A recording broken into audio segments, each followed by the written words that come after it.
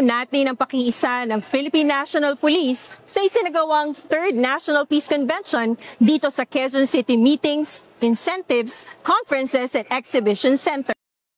Nakiisa ang Philippine National Police, partikular ang Police Community Affairs and Development Group sa pangunguna ni Police Brigadier General Marvin Josaro na inirepresenta ni Police Lieutenant Colonel Brenda Garcia. Sa ginanap na ika-3 National Peace Convention na may temang Peace and Culture in Action, Uniting for Peace and Fulfilling Humanity's Duty Together, upang ipakitang suporta sa ganitong talakayan para sa kapayapaan. Pinangunahan ng iba't ibang leader mula sa pamahalaan, civil society organizations at mga sektor ng kultura ang pagtitipon na naglalayong bigyang diin ang mahalagang papel ng kultura sa pagtataguyod ng pangmatagalang kapayapaan sa bansa. Tinalakay ng mga tagapagsalita ang iba't ibang paraan kung paano magiging tulay ang kultura, sining at tradisyon upang magkaisa mga mamamayan sa kabila ng kanilang pagkakaiba. Binigyang diin ang paggamit ng mga katutubong kaalaman at tradisyon bilang sandata laban sa hidwaan at diskriminasyon.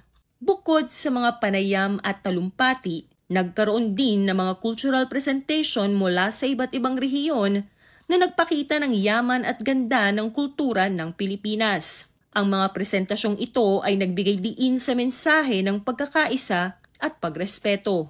Our organization's main work is for peace and cessation of war. And as we go along sa ganitong klaseng advocacy work, we got to know na yung peace is not the mainstream in every sector of society. Although many wants peace, but not many works for peace.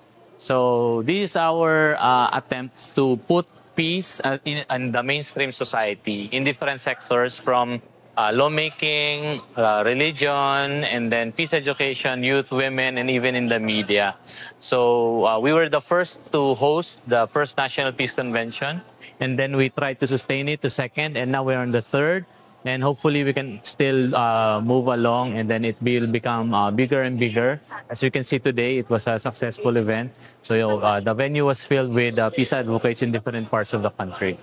Inaasahang magbibigay daan ang convention sa mga bagong inisyatiba at proyekto na magpapalakas sa koneksyon ng kultura at kapayapaan sa buong bansa.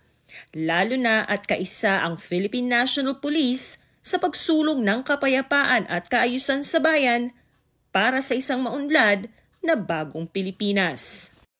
Ako po, si Luis Zane Alba Lopez, ang inyong Mrs. Asia Pacific All Nations 2022 para sa Police News Network. Alagad ng batas, tagataguyod ng balitang pulis.